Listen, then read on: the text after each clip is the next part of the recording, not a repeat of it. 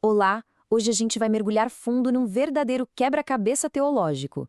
Vamos tentar entender a jornada que sai da condenação e chega na redenção, passando por dois pontos bem complexos: a lei e a religião. Para guiar a gente nessa análise, temos uma fonte fascinante. Então, vamos começar? E sabe, tudo começa com essa pergunta aqui, que é o coração de tudo. O que significa de verdade viver sem aquele peso da condenação nas costas? A busca por essa resposta é o que vai guiar toda a nossa conversa de hoje. Ok, então vamos lá. O ponto de partida da discussão é algo que, olha, acho que muita gente já sentiu de alguma forma. A tal da condenação. Sabe aquela sensação de estar sendo sempre julgado? De ter que seguir uma regra que parece impossível de cumprir? É um dilema bem humano, né? Mas aí, bem no meio desse dilema todo, aparece uma promessa. E essa frase é a chave de tudo. Ela não diz que a condenação não existe, não, mas ela aponta para uma saída, sabe? Um caminho para a liberdade. E é esse caminho que a gente vai começar a explorar agora. Beleza. A primeira tentativa de solução que a fonte que a gente está analisando coloca na mesa é a lei. Pensa nela como um manual de regras, um código de conduta. A grande pergunta é: será que um sistema que vem de fora para dentro consegue consertar um problema que é interno? E essa citação aqui, olha, ela mostra o problema de um jeito genial. O argumento é que a lei falha por um motivo simples.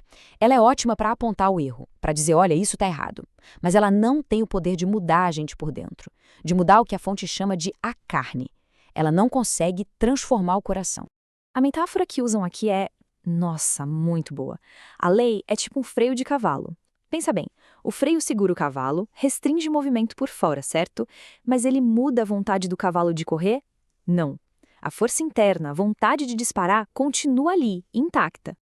Então, o ponto central é esse. A lei, por ser um sistema externo, não resolve a raiz do problema.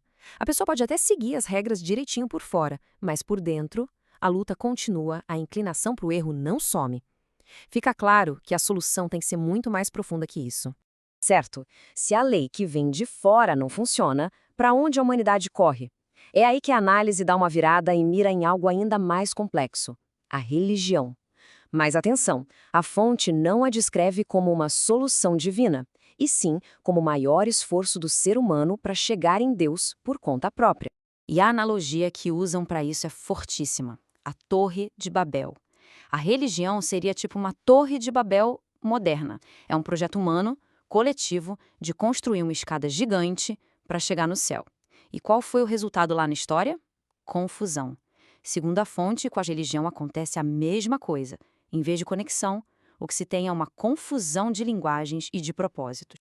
E aqui o contraste fica bem claro, fundamental entender isso. De um lado, você tem a religião, esforço humano, estrutura externa, e segundo a fonte, o resultado é confusão. Do outro lado, a fé, um dom divino, uma confiança que vem de dentro e o resultado, clareza. A diferença, no fim das contas, é entre tentar construir algo e simplesmente receber.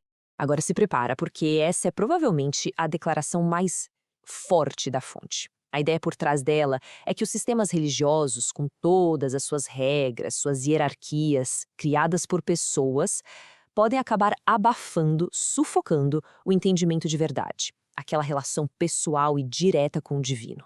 Ok, então depois de analisar as falhas das tentativas humanas, a lei, a religião, a narrativa vira 180 graus. Chegou a hora de falar da solução, que, segundo essa análise, não vem da gente, vem de fora. O nome dela, redenção.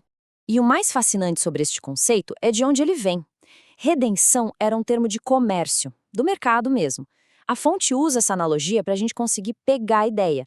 É como se a humanidade estivesse à venda, sabe? Presa. E aí um preço foi pago para comprá-la de volta para libertar. Mas como é que isso funciona na prática? A fonte explica em 3 passos. Primeiro, o problema do pecado é isolado e julgado na carne. Depois, um preço é pago através do sacrifício. E, finalmente, o resultado é uma libertação, que permite uma forma totalmente nova de viver, guiada não pela carne, mas pelo espírito. Tá, a redenção é a solução, certo? Mas como é que se acessa isso? A resposta que a fonte dá é fé. E para ilustrar o que é fé de verdade, o argumento se volta para a figura de Abraão. Abraão é apresentado como o modelo, o exemplo definitivo de fé. E não por causa das suas obras ou rituais, mas por uma razão muito específica e fundamental. O ponto crucial sobre a fé de Abraão é este: ela não se baseou em provas visuais. Ele não precisou ver milagres para obedecer. Ele simplesmente ouviu uma promessa e agiu com base nela, partindo para o desconhecido. É essa confiança pura, que se apoia apenas na palavra ouvida, que a fonte define como a verdadeira fé que justifica. Isso leva a gente para uma distinção importante. A fé, que depende de ver coisas extraordinárias, é frágil. A memória visual falha, as emoções mudam. A fonte argumenta que uma fé duradoura é aquela que se apoia na confiança em uma palavra, em uma promessa, mesmo quando nada é visto. E assim a gente chega ao clímax do argumento. Todo este percurso, da condenação à redenção, nos leva a uma escolha fundamental. E a escolha é esta: depositar a confiança nos sistemas criados pela humanidade, seja a lei, com suas regras, ou a religião, com suas estruturas, ou confiar unicamente naquilo que a fonte descreve como a obra completa de redenção feita por Deus.